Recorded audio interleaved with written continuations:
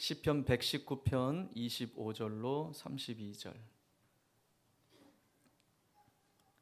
다 같이 합독하겠습니다. 시작. 내 영혼이 진토에 붙어 싸우니 주의 말씀대로 나를 살아나게 하소서. 내가 나의 행위를 아뢰매 주께서 내게 응답하셨사오니 주의 율례들을 내게 가르치소서. 나에게 주의 법도들의 길을 깨닫게 하여 주소서. 그리하시면 내가 주의 기이한 일들을 작은 소리로 읊조리이다. 나의 영혼이 눌림으로 말미암아 녹사오니 주의 말씀대로 나를 세우소서. 거짓 행위로 내게서 떠나게 하시고 주의 법을 내게 은혜로이 베푸소서. 내가 성실한 길을 택하고 주의 규례들을 내 앞에 두었나이다. 내가 주의 증거들에 매달려 싸우니 여호와여, 내가 수치를 당하지 말게 하소서. 주께서 내 마음을 넓히시면 내가 주의 계명들의 길로 달려가리이다. 아멘. 우리가 주님을 만나고 하나님의 말씀으로 은혜 받기 전에는 세상 사람들과의 관계가 어렵지 않았습니다. 그리고 또 가족과 친구가 소중했고 세상의 성공이 우리의 소망이었습니다. 그러나 주님을 만나고 말씀으로 은혜를 받은 우리들은 이제 눈에 보이는 것이 전부가 아니라는 것을 알게 되었습니다. 주님 없이 누리는 세상의 즐거움, 주님 없이 누리는 세상의 성공, 그리고 내가 소중하다고 생각했던 가족과 친구들, 이거 전부가 아니고 또 죄라고 인정하지 않았던 것들을 이제는 은혜를 누리다 보니 그것이 죄라고 인정되는 삶을 살게 되었습니다. 더욱이 하나님이 우리에게 어려운 고난을 주시면 우리는 어디에서도 도움을 받을 수 없다라는 것을 또 우리는 알고 깨닫고 그렇게 살아갑니다. 세상은 우리를 이해할 수 없기 때문인 것이죠. 하나님의 말씀을 따라 하나님의 뜻을 삶의 목표, 삶의 표대로 삼고 그 길을 걸어가는 성도들에게도 여전히 시험과 고난이 찾아오고 불의는 우리의 빈틈을 노리고 있습니다. 우리는 이 사실을 기억하고 인정해야 함을 함께 같이 나누었습니다. 우리가 하나님의 말씀이 이끄는 대로 살아가는 그 삶에 내가 하나님 말씀대로 살아가고 있구나 라고 하는 것을 느낄 때는 우리 마음이 좀 뿌듯하기도 하고 기쁘기도 하죠. 그렇지만 세상 일은 우리가 마음먹은 대로 형통하지 않고 오히려 어려울 때가 많이 있습니다. 그럼에도 불구하고 끝까지 하나님을 신뢰하고 하나님의 말씀을 붙잡을 때 하나님은 우리의 행위가 완전하다고 인정하셔서 우리를 통해 하나님의 뜻을 이루어 가시는 것입니다. 자, 시인은 그것을 너무나 잘 알고 있었어요. 그러면서 자신의 처지를 비관하지 않고 어려운 상황이지만 그럼에도 불구하고 어떻게 살기로 결정했습니까? 자신의 어려운 처지를 비관하지 않고 어떻게 살기로 결정했어요? 하나님 말씀을 붙잡고 살기로 결정했어요. 하나님 말씀을 읊조르기로 결정했어요. 하나님 말씀을 묵상하기로 결정했어요. 그 말씀이 이끄는 대로 살기로 결정을 했습니다. 여러분, 오늘 우리에게도 이러한 은혜가 필요합니다. 내가 말씀대로 살려고 결정하고 내가 하나님 뜻대로 살기로 결정했음에도 불구하고 여전히 나아지지 않는 우리의 삶, 내 뜻대로 되지 않는 삶 때문에 우리의 마음이 무너질 것이 아니라 그때가 바로 하나님 말씀을 붙잡아야 할 때고 그때가 믿음으로 한 걸음을 내디뎌야 할 때임을 우리는 함께 나누었습니다. 여러분, 말씀을 듣고 여러분은 어떻게 살고 계십니까? 말씀이 여러분들에게 증거가 되어지는 삶이 되기를 주님의 이름으로 축복합니다. 자, 오늘 본문에 나타난 시인의 상황도 앞선 본문의 내용과 별바로 다를 것이 없어요. 앞선 본문의 내용과 같이 오늘 이 시인의 상황도 굉장히 어려운 상황입니다. 그래서 오늘 본문을 쭉 읽어보면 이 시인의 상황이 참 고통스럽게 느껴져요. 자, 우리 먼저 25절 상반절에 어떻게 고백하고 있습니까? 시작. 내 영혼이 진토에 붙었사오니. 네, 내 영혼이 진토에 붙었다. 여기 진토라고 하는 것은 무엇입니까? 그냥 문자 그대로 흙, 먼지라는 뜻이죠. 그런데 그냥 이 문자 그대로의 흙과 먼지라고 하는 의미를 넘어서서 영혼이 진토에 붙었다라는 말은 죽음과도 같은 비참한 처지에 놓여 있음을 의미하고 있는 거예요. 여러분, 사람은 하나님이 흙으로 지으셨습니다. 그러면 우리 죽으면 우리는 다 어디로 돌아간다고 고백합니까? 흙으로 돌아간다고 고백을 해요. 그래서 영혼이 진토에 붙었다라는 말은 내 영혼이 흙과 같이 됐다, 곧 죽음을 앞두고 있다. 그만큼 내 삶이 힘들고 고통스럽다라는 표현을 내 영혼이 진토와 같다, 이렇게 고백하고 있는 것입니다. 자신의 영혼이 진토에 붙어 있을 만큼 메말라 있어서 스스로의 힘으로는 일어설 힘조차 없다라고 하는 것을 고백하고 있습니다. 여러분, 우리도 그런 것을 느끼지 않습니까? 때로는 육신이 아파서도 그렇기도 하고 내 마음이 힘들어서 그렇기도 한, 그래서 우리는 그러한 고백을 해요. 아유, 손 하나 까딱하기 싫다. 여러분, 혹 그럴 때가 있었지 않았습니까? 손 하나 까딱하기 힘든. 오늘 이 시인의 형편이 그랬습니다. 28절에는 또 이렇게 고백을 해요. 28절 상반절에 시작. 나의 영혼이 눌림으로 말미암아 녹사오니. 네, 나의 영혼이 눌림으로 말미암아 녹아질지경입니다. 여기 눌리다라는 말은요, 슬픔, 비탄을 뜻하는 말이에요. 그래서 공경에 처한 자신의 상황으로 말미암아 내 영혼이 슬픔과 비탄과 고통으로 마음이 가득해 녹아질 지경이다 라고 그렇게 고백하고 있는 거예요. 여러분, 이 두 절에 나타난 이 시인의 탄식은요, 한마디로 서글프고 죽을 지경이고 끔찍하고 이보다 더 비참할 수는 없다라고 하는 고백이에요. 이보다 더 악한 것은 없다, 이보다 더 나쁜 지경은 없다라고 고백하는 것이죠.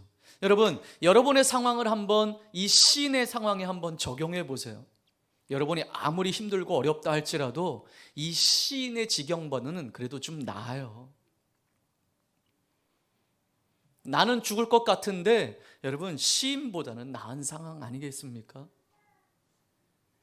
이 시편에서 시인은 자주 자신의 슬픔과 고통과 고난을 언급하고 있습니다. 아마도 그것은 대적들의 비방과 조롱과 핍박이 하나님의 말씀을 삶의 희망으로 삼고 있는 자신에게 일어났음을 의미하고 있는 것입니다. 그럼에도 불구하고 시인은 절망의 자리에 계속 머물러 있지 않다라는 것이에요. 이 절망의 자리에 머물러 있지 않다라는 것, 이것이 우리와 다른 거예요. 우리는 우리의 상황 속에 그냥 그 깊은 수렁 속에 계속 빠져들어요. 이 상황을 이겨낼 수 있는 방법을 알아요. 말씀을 통해서 어떻게 살아가야 하는지 알아요. 그런데 다들 그렇게 이야기해요. 어떻게 사는지를 알겠는데요, 잘 안 돼요. 어떻게 살아가는지는 아는데 행동하지 않아요. 움직이지 않아요. 살지 않는 거예요. 그래서 우리 삶에는 역사가 일어나지 않는 거예요. 오늘 이 시인은요, 자신의 그 희망 없는 삶 속에 절망 가운데 계속 머물러 있지 않았어요. 의지적인 결단으로 하나님 앞에 계속 나아갔어요. 그래서 오늘 25절 하반절에서는 어떻게 고백하는지 여러분 한번 보세요. 주의 말씀대로, 시작. 주의 말씀대로 나를 살아나게 하소서. 아멘. 또 또 28절 하반절도 똑같아요. 시작. 주의 말씀대로 나를 세우소서. 아멘. 오늘 시인은요, 의지적으로 결정했어요. 그래, 내 상황은 지금 죽을 것 같아. 내 영혼이 메말라서 죽을 것 같아. 이보다 더 비참할 수는 없어 라고 고백하면서 그는 이 절망의 자리에 계속 머물러 있지 않았다라는 거예요. 주의 말씀대로 나를 살아나게 하십시오. 주의 말씀대로 나를 살려주십시오. 의지적으로 결정한 거예요. 계속 고백한 거예요. 여러분, 이 고백이 오늘 저와 여러분의 고백이 되길 바랍니다. 하나님, 지금 이 상황에서 주의 말씀으로, 주의 말씀대로 나를 살아나게 해주십시오. 주의 말씀대로 나를 살려주십시오. 시인은 알았어요. 무엇을요? 말씀이 나를 살게 한다는 것을. 말씀이 자신을 살리고 깨닫게 하며 다시 세워줄 것을 확신한 거예요. 말씀을 통해 자신의 영혼과 육체를 다시 살리시기를 간구하고 있는 것입니다. 여러분, 그래서 우리는 말씀 앞에 서야 한다는 것입니다. 그렇습니다. 하나님의 말씀이 나를 살리는 것이에요. 말씀이 생명을 살리는 능력이 있습니다. 말씀이 생명을 살리는 능력이 있어요. 하나님의 말씀은 우리를 살리고 세우시는 거예요. 슬픔과 고통과 고난에서 낭망하여 쓰러지고 낙심하고 절망하고 좌절해서 쓰러져 있는 우리를 다시 두 발로 굳건하게 설 수 있도록 도와주는 것이 생명의 말씀인 것입니다. 그러니 절망적이고 힘들고 어렵고 우울하고 낭망하고 주저앉아 있고 손 하나 까딱하기 힘든 그 상황 가운데서 말씀조차 가까이 하지 않는다면 그 영혼은 소망이 없는 거예요. 여러분, 우리는 다 바쁘고 힘겹고 어려운 세상에서 살고 있어요. 현대 그리스도인들, 여유 있는 성도들 없어요. 그러한 상황 가운데서 우리가 붙잡아야 할 것은 하나님 말씀이에요. 저는 바빠서 말씀 못 봐요. 저는 바빠서 힘들고 어려워서 말씀도 묵상 못 해요. 그러면 살아날 기대를 하지 마십시오. 여러분의 삶이 열려지기를 기대하지 마십시오. 말씀이 생명입니다. 더더욱 힘들고 어렵고 바쁘고 분주하고 내가 힘들고 어렵다면 더더욱 나를 살리게 하시는 말씀 앞에 머물러야 하는 것이 아니겠습니까? 수없이 수백 번, 수천 번 이 말씀이 우리에게 전해진다 할지라도 내가 움직이지 않으면 나는 하나님의 능력을 체험할 수 없는 거예요. 사랑하는 성도 여러분, 우리의 현실 탓하지 마세요. 하나님 원망하지 마세요. 하나님이 여러분의 삶 어렵게 하시는 분이 아니에요. 하나님은 여러분을 사랑하는 하나님의 자녀예요. 그러면서도 말하죠. 하나님이 날 사랑하시는 자녀라고 하면서 왜 내 삶을 이렇게 힘겹게 하십니까? 물론 하나님이 훈련시키시기 위해서 힘들게 하시는 삶도 있어요. 근데 여러분, 우리가 아직 깨닫지 못하고 회개치 못하고 하나님 앞에 온전히 서지 못함 때문에 당하는 고난도 있다는 것을 여러분 기억하셔야 합니다. 여러분, 더 말씀 앞으로 나아갑시다. 말씀이 생명이에요. 말씀이 우리를 살리게 하는 능력이 있습니다. 우리가 잘 알고 있는 에스겔 37장의 말씀, 여호와의 권능이 에스겔 선지자에게 임했습니다. 하나님이 그 에스겔을 권능 가운데 임하셔서 그를 한 골짜기로 인도하시죠. 여러분, 그 하나님의 권능으로 이끌림 받은 에스겔이 그 환상 속에 그 골짜기로 갔을 때 그곳에 뭐가 있었어요? 마른 뼈들이 가득했다고 그래요. 사방에 널린 뼈들을 가만히 살펴보니까 너무나도 많고 하나같이 바짝 말라 있어요. 하나님은 에스겔에게 묻습니다. 이 뼈들이 능히 살겠느냐? 주 여호와께서 아십니다. 에스겔이 대답하죠. 그때 하나님은 에스겔 선지자에게 당신의 말씀을 대언하라고 말씀하십니다. 하나님의 말씀을 대언해라. 에스겔이 하나님의 명령에 순종해서 하나님 말씀을 대언했을 때 기적이 일어났습니다. 뼈와 뼈가 서로 연결되고요, 살이 오르고 힘줄이 붙고 거기에 여호와의 생기가 들어가자 그 마른 뼈들이 어떻게 했어요? 살아났어요. 큰 군대와 같이 되었다고 성경은 말씀하고 있어요. 그렇습니다. 말씀은 우리를 살게 하는 능력이 있습니다. 하나님 말씀이 대언될 때에 말씀이 살리는 능력이 있습니다. 그래서 왜 우리가 안 살아나느냐? 왜 안 살아난다고 그랬어요? 제가 늘 강조하는 말씀이 뭐예요? 안 들으니까 안 살아나는 거예요. 안 들으니까. 목사님 무슨 말씀하세요? 나는 예배 때마다 말씀 잘 듣는데요. No. 귀로만 듣는 말씀으로는 살아날 수가 없어요. 귀로 듣고 가슴으로 내려와 우리의 삶으로 살아내고 적용하고 살아낼 때 그 말씀이 나를 살리는 거예요.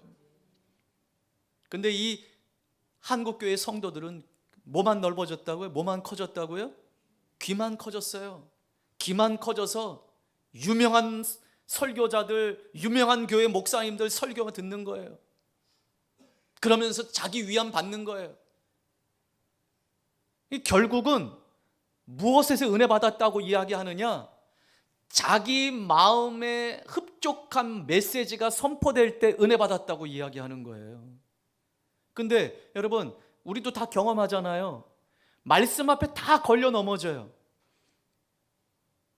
우리를 위로해주고 우리의 삶에 좋은 말씀으로 우리에게 격려해주고 이럴 때는 은혜를 받아요.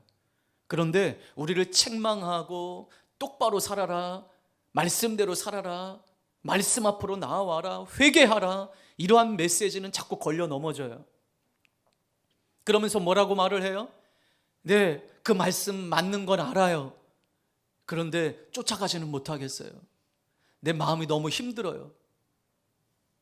여러분, 하나님의 말씀은 단 한 번도 우리에게 편한 말씀이라고 말씀하지 않으셨어요. 하나님의 말씀은 원래 불편한 말씀이에요. 회개하라, 천국이 가까워왔느니라. 이 독사의 자식들아, 하나님의 말씀은, 우리 주님의 말씀은 언제나 불편한 말씀이에요. 우리가 하나님의 은혜로 가득 차지 못하니까 그 말씀 앞에 걸려 넘어지고 순종하지 않는 거예요. 그러면서 말을 하는 거예요. 네, 말씀하시는 거는 제가 알겠어요. 다 맞아요. 근데 안 사는 거예요. 못 사는 거예요. 계산하는 거예요. 자기 삶들 계산하는 거예요. 우리 지난 금요일도 예수님 따라가는 그 삶은 주님의 삶에 우선순위를 두는 삶이라고 했는데, 여전히 우리는 주님이 내 왕이십니다, 주님만이 왕이십니다, 찬송을 부르고 눈물을 흘리고 해도 여전히 왕은 나예요. 내 삶에 내가 우선순위예요. 내 가정이 우선순위예요.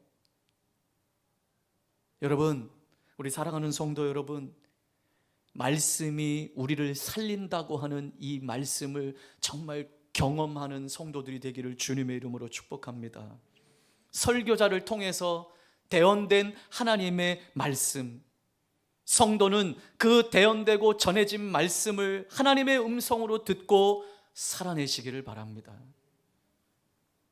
말씀에 찔림은 있는데 그 말씀을 살아내지 못한다면 우리도 예수님 당시의 종교 지도자들이나 유대인들과 바리새인들과 별반 다를 바가 없다라는 것입니다.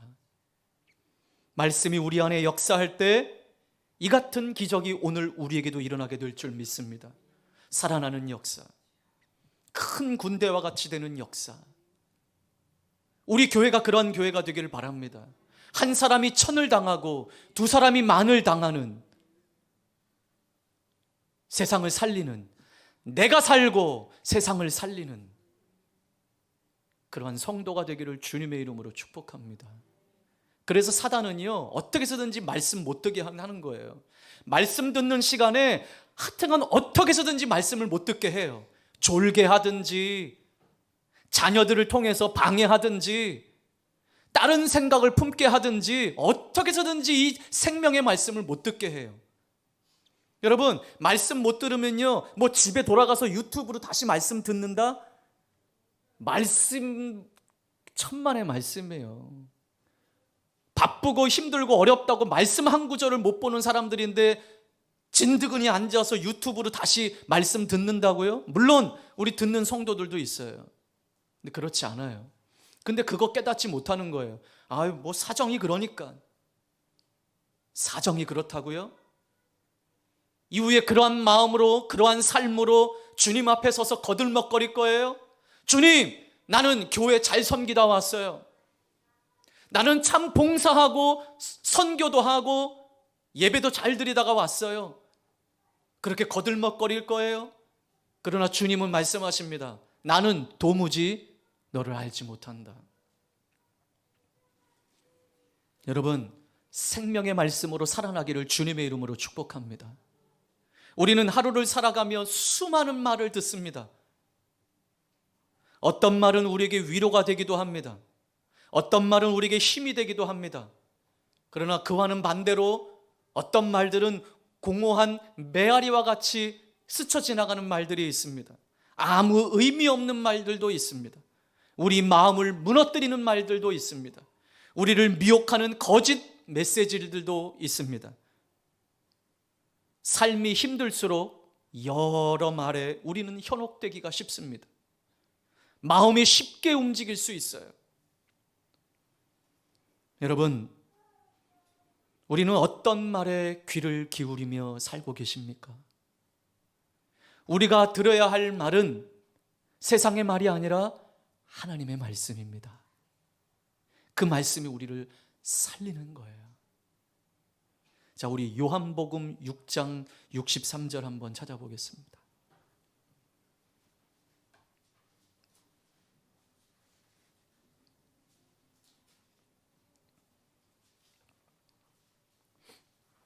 요한복음 6장 63절 다 같이 시작. 살리는 것은 영이니 육은 무익하니라. 내가 너희에게 이른 말이 영이요 생명이라. 아멘. 주님이 말씀하십니다. 살리는 것은 영이다. 내가 너희에게 이른 말이 영이요 생명이라고 말씀합니다. 자, 살리는 것이 뭐라고요? 영이라고 말씀하셨어요. 그런데 무엇이 영이고 생명이래요? 무엇이 영이고 생명이래요? 내가 너희에게 이른 말이. 말씀이 우리를 살리는 것이에요. 지친 영혼을 다시 숨쉬게 합니다. 무너진 마음을 다시 일으켜 세우십니다. 말씀만이 지치고 무너지고 쓰러진 나를 살리는 거예요. 과거 시인이 하나님의 말씀대로 살아온 삶의 길과 자신의 고통스러운 상황을 하나님께 아뢰었을 때에 하나님은 기도에 응답해 주셨습니다. 그러므로 고난 가운데 있는 지금도 응답해 주셔서 주의 말씀을 가르쳐 주시고 하나님의 말씀의 길을 깨닫게 해 주시기를 간구하고 있어요. 그것이 26절, 27절 말씀이에요. 한번 같이 읽어볼까요? 시작. 내가 나의 행위를 아뢰매 주께서 내게 응답하셨사오니 주의 율례들을 내게 가르치소서. 나에게 주의 법도들의 길을 깨닫게 하여 주소서. 그리하시면 내가 주의 기이한 일들을 작은 소리로 읊조리이다. 아멘. 시인은요, 자신의 그와 같은 힘들고 어려웠을 때 하나님 앞에 간구했을 때 응답해 주셨던 자신의 과거를 돌아보면서 지금도 하나님께서 자신을 어떻게 대해 주셨는지를 묵상하며 미래를 소망한다고 고백하고 있는 거예요. 과거에 응답받은 경험을 되새기며 다시 말씀 앞에 서기를 다짐하고 있는 거예요. 다시 말씀을 읊조리겠습니다. 시인은 말씀이 자신의 영혼과 육체를 다시 살리시기를 간구하면서 주의 계명의 길을 달려가겠다고 고백해요. 다짐해요. 그것이 마지막 32절의 고백이에요. 자, 시작. 주께서 내 마음을 넓히시면 내가 주의 계명들의 길로 달려가리이다. 아멘. 주께서 내 마음을 넓히시면, 다시 말해서 하나님께서 나에게 방법을 알려주시면 나를 위해 펼쳐놓으신 그 길을 내가 달려가겠습니다 라는 고백이에요. 그러면서 오늘 이 본문을 마무리하고 있는 것입니다. 하나님의 사람은요, 언제나, 여러분 성경 말씀을 다 읽어봐도 하나님의 사람들은 언제나 절망적인 상황에 소망을 품습니다. 상황은 절망적이에요. 그런데 심령은 소망으로 넘쳐요. 왜냐? 하나님을 붙들고 있기 때문에, 하나님 말씀을 붙들고 있기 때문에, 그 말씀이 나를 살리게 하기 때문에, 그래서 이 절망적인 상황에 주저앉지 않는 거예요. 소망을 갖고 살아가는 거예요. 우리 인생의 어려움, 그것이 어디서 어떻게 시작된 것이라 할지라도 그때마다 하나님의 말씀을 생각하고 그 말씀으로 위로와 힘을 얻으려고 하는 태도는 결코 쉽지 않습니다. 말씀은 시간이 흐른다고 해서 저절로 깨달아지는 것이 아니기 때문에 그렇습니다. 언젠가는 깨달아지겠지. 그렇지 않다라는 거예요. 그래서 우리는 이 시인의 고백처럼 달려가야 된다라는 거예요. 힘써 달려가야 한다라는 거예요. 말씀이 우리 안에 녹아지고 살게 하는 것을 저절로 깨달아지는 것이 아니고 힘써 달려가야 하는 믿음의 영역이기 때문에 그렇습니다. 힘써 애쓰고 수고해야 하나님의 은혜를 누릴 수 있는 거예요. 우리가 만나는 힘겨운 상황과 고난 속에서 오늘 말씀을 기억하시기를 주님의 이름으로 축복합니다. 말씀이 생명입니다. 말씀이 능력입니다. 말씀이 나를 살리는 것입니다. 자, 그렇다면 여러분 어떻게 하시겠어요? 오늘 결정하시길 바랍니다. 말씀을 듣고, 말씀을 읽고, 말씀을 묵상하고 그 말씀 앞으로 나아가야 누가 산다고요? 내가 산다라는 거예요. 내가 살아야 가정이 사는 거예요. 여러분의 가정이 살아야 교회가 사는 거예요. 우리 교회가 살아야 세상이 사는 거예요. 세상에 희망되는 교회.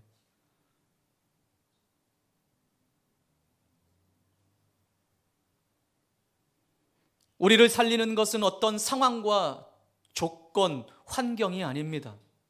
이 상황만 벗어나면 괜찮겠지, 이 상황만 벗어나면 나아지겠지, 아니에요.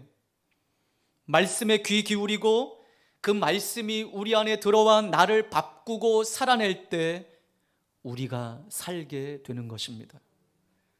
포기하고 싶은 순간, 죽을 것 같은 순간, 두려움이 나를 엄습하는 순간, 무기력함으로 아무것도 할 수 없는 그 순간, 우리가 붙들어야 하는 것은 하나님의 말씀인 것입니다. 말씀이 나를 살게 하는 것입니다. 그 말씀이 나를 하나님의 군사와 같이 일으켜 세울 것입니다.